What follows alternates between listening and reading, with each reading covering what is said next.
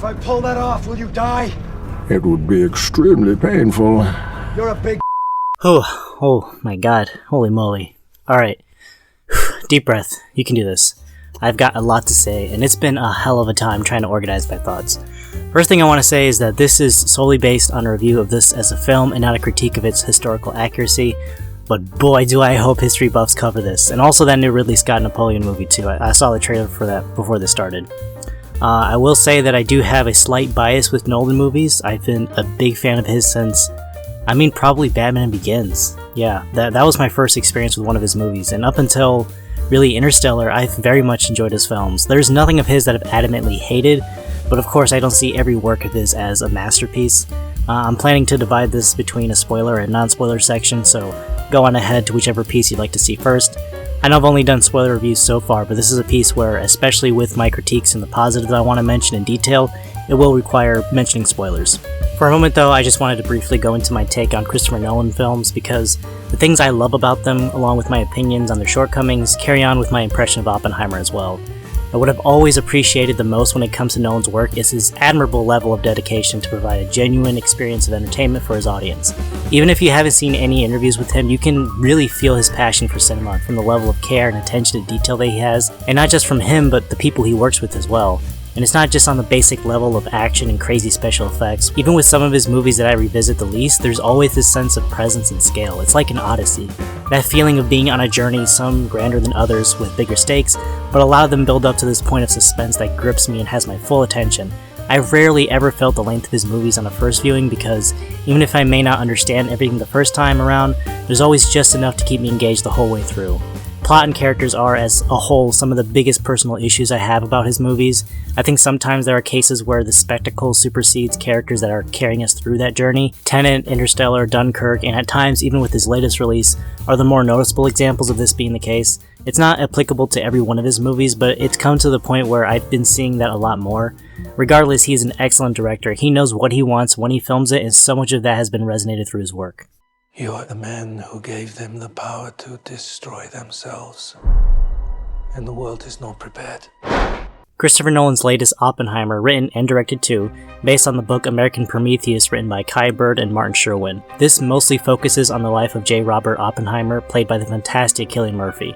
He was the man who led the Manhattan Project constructed by President Truman in 1942, which was the scientific rat race to begin the first generation of weapons of mass destruction through the creation of the atom bomb.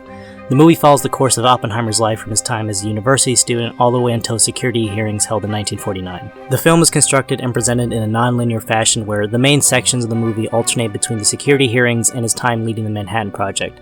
And while it's mostly in Oppenheimer's perspective, the movie also shifts to Louis Strauss, played by Robert Downey Jr.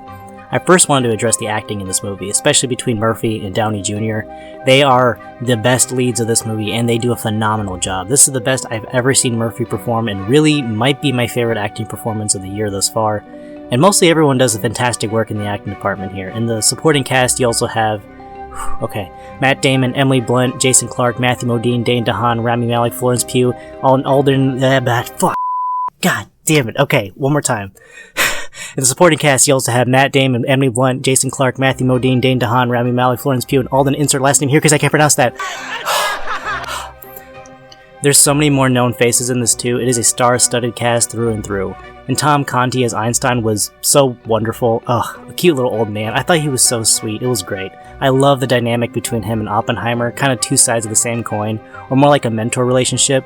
But for sure, Cillian Murphy is the standout here. I could probably spend the majority of this review solely talking about how amazing he was in this movie. Now, I could see the critiques with his performance. He was very soft-spoken and stoic.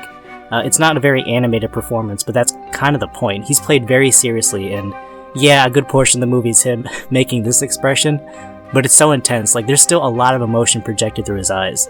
Oppenheimer is a man whose focus is first and foremost on the science. And that's another plus. I really appreciated the time it took to explain what they were attempting to do. It's a similar appreciation I had for the language study and Denise Arrival in 2016. And Oppenheimer explains it just enough for you to get what you need in understanding what they're doing and why. And there's so much more science involved, which also made me want to look it up for myself. It is a lot, but there is still a good bit of details left out in the movie because it really, it's a rabbit hole. And I'm by no means a science geek, but I think it's also important in learning about the construction of one of the most important and globally devastating scientific developments of human existence. I was tempted to insert a cute little simplified explanation bit here about how the atom bomb works, and comparing and contrasting it to the hydrogen bomb, but there are much better explanations of it online and by people much more qualified, so I'll insert a good video I found on it in the description. I really encourage you guys to watch or read up on some of it before going in. Knowing what I know now, I would appreciate certain sections of this movie a lot more having a better understanding of the science, but again, it does a really good job on its own for a general audience. Okay, back to the movie. Most of this part will probably be based in the technical aspect because the main points are in the spoiler section, but go see it, seriously, I'm already recommending it, it is worth seeing in theaters. The sound design, I mean, I think we all saw this coming, but Jesus Christ, man. Going in, I was like, okay, yeah, explosions, we've heard a bajillion explosion effects in movies, there's no way this will stand out, but I'm serious, it really does a great job, especially during the Trinity test in Los Alamos. And fuck, dude, you really feel that rumble in your chest, it shocked me, I was like, okay, alright, I see ya. And the camera work, the intensity of some of these shots, and not just with the explosions too, there's really good sound mixing and consistent amounts of nice looking camera shots in this movie. I know, it's a Nolan film, traditionally they're pretty stunning visually, but it never gets old, it is always appreciated to have such a well shot movie. The framing, man, I mean to me this is one of those every frame a painting kind of movies. It is so aesthetically pleasing. I wish I knew more about cinematography to explain it better in detail. Anyways, I can't explain it any other way. Visually, this movie for me is a 10 out of 10. On the visuals alone, I would watch this movie again in a heartbeat. Another really great part, the music. Alright, this is bad for the video, but I don't give a fuck. Get off right now and check out the soundtrack to this thing by Ludwig Göransson. I don't know if I said that correctly, but I love it. I think it's perfect in setting the tone. Can You Hear the Music is my favorite song on the album, but overall it is a great atmospheric soundtrack. I'm not endorsing anything, but you know, if you got some stuff to lighten the mood and puff up a bit, it's a nice ride. Well, at least the first half, and then you know, it delves into the bad trip, but I really liked it. Perfect for studying too. I listened to it on my way home from the theater, and I listened to it while writing this review. The best way I can describe it is a mix between Hans Zimmer's Interstellar and Atticus Ross and Trent Reznor's The Social Network, with just a dash of Alexander Desplat from the Imitation Game soundtrack. It is eerie, sweeping, and perfect for this movie. I love it. This was my second favorite aspect to this movie behind Cillian Murphy. Alright, now I'm going to discuss the negatives, which is in the spoiler section, so again, please, it is a great movie, I am 100% recommending it. I am very much purchasing this on release and looking forward to the rewatch. Watch it. Okay, before going to spoilers, think of it as an ad break, I guess. I just wanted to input a little chapter here with my opinions on the ethics of cinema and historical tragedies, which really is a double-edged blade. With the release of Oppenheimer, it kind of triggered a subject of discussion in my head that I felt was appropriate for this. Triggered in a good way, like a thought bubble. Just remember, this is the opinion and perspective of one small little doodlebob here on the internet. I don't speak for anyone else here except for myself, and this is a question I've asked myself too after watching almost every other film I've seen, especially bigger budget films that incorporate or focus on an element of a historical tragedy, because looking at it face value, this is a piece of media that is being marketed and sold for a profit. Of course, you can go down the rabbit hole of where most of the money goes post-ticket sales, especially when it comes to compensating the victims of the tragedy. A studio wants its return on investment. No matter what kind of movie it is, when it comes down to it, that's really where the intention lies. However, film is still a medium of art. The same argument can be said for any piece of art that focuses on a tragedy to any capacity where someone is getting paid. Literature, drawings, music, even video games. While not always the case with every movie, the most sincere examples are ones which come from a place of reverence and respect. Of course, with Schindler's List being one of the leading examples of this. And in addition, there's movies like We Were Soldiers, Hotel Rwanda, The Killing Field, Saving Private Ryan, The Pianist, all movies based on remembering and paying respects to lives lost. Movies like those also help in keeping those stories and events from being forgotten. They should always be relevant and remembered no matter where it occurred or how many lives were lost. At the end of the day, yeah, people are still making money over this, that's just how it is. But at the same time, films can give those stories and events the care, attention, and reverence they rightfully deserve, at least with exposure, and it can help in preventing these tragedies from being lost to time. With Oppenheimer, I know there was a concern in the ethics of how the story would approach the bombings, and after watching it, especially saying everything I just said, I personally felt that this did give a service in tackling the aftermath of the bombings on August 6, 1945. And just from my perspective, one that no one asked, but you're still watching this, so. Admittedly, it is not the sole focus of the movie, even after the bombings occur. And what I mean is, this is still at the forefront studying the life and the mind of J. Robert Oppenheimer. There is still a lot that happened to him beforehand, and especially after the Manhattan Project, that I personally did not even know about, and it made me want to research the history after I saw it. And that right there, that pique in interest, that hunger to know more is also an incredible asset in keeping the knowledge and the history of these stories alive. And here we go. Okay, so like I mentioned with my bit about the Nolan movies, character writing has been, for the most part, my biggest grievances when it comes to his movies. Not saying they're downright bad, it's just there's a struggle there to get that connection between me and the characters, especially like the lead and the supporting cast. His movies are spectacle pieces, which I think Inception was the first to start that trend.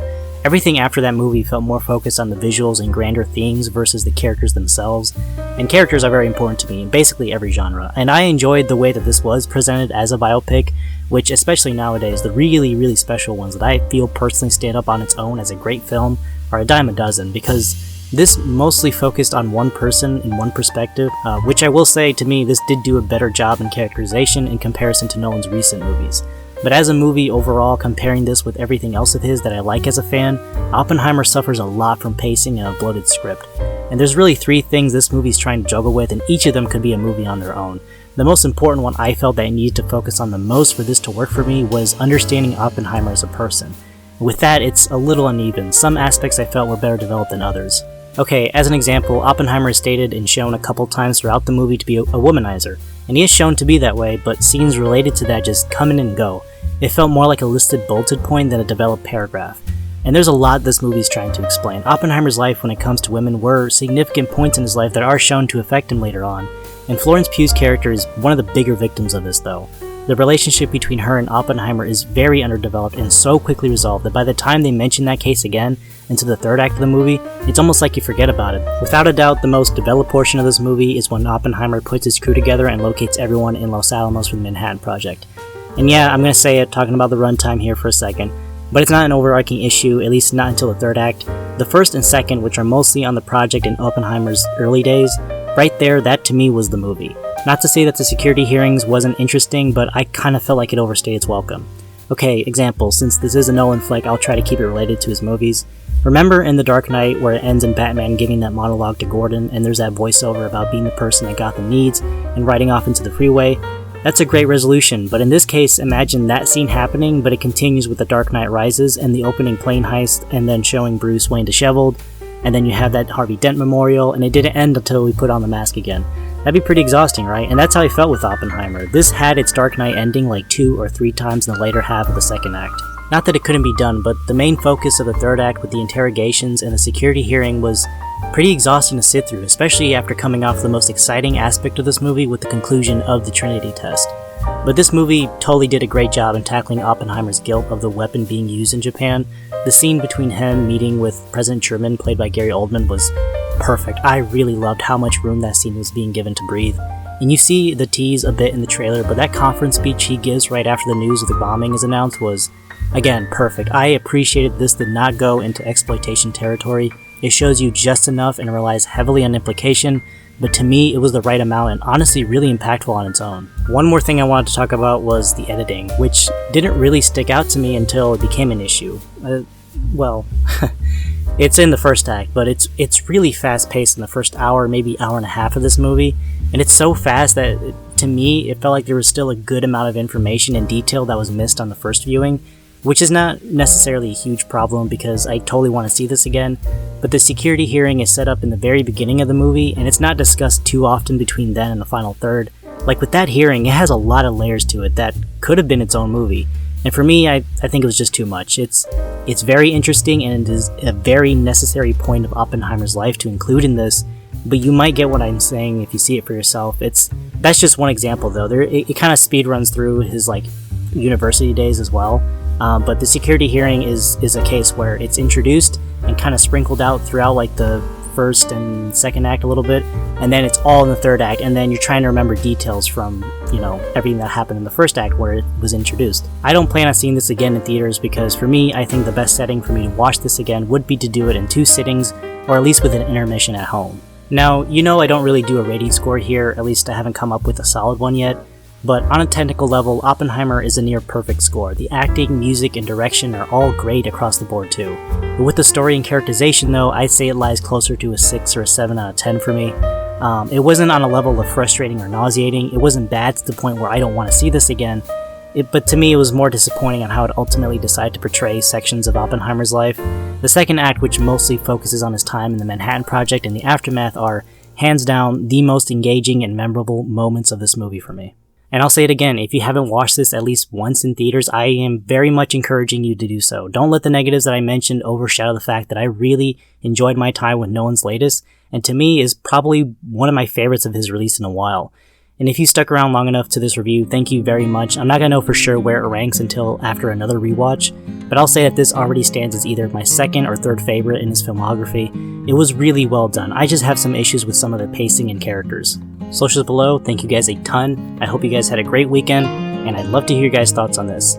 I'm not entirely certain on the next video topic, but at the time of recording this, there was another trailer released for the Netflix One Piece live action show, which really I don't know how much more I can add to that, because honestly guys, to me it looks really rough. I'm still hopeful, but I'm not really feeling it. But I do hope that people enjoy the show if it's good, seriously.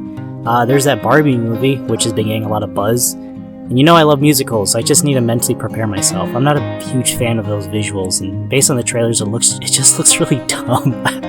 I don't know. I love that I can watch Rocky Horror any time of the week, but I need to mentally psych myself up to see Barbie. God damn. Alright, thank you guys. You guys take care.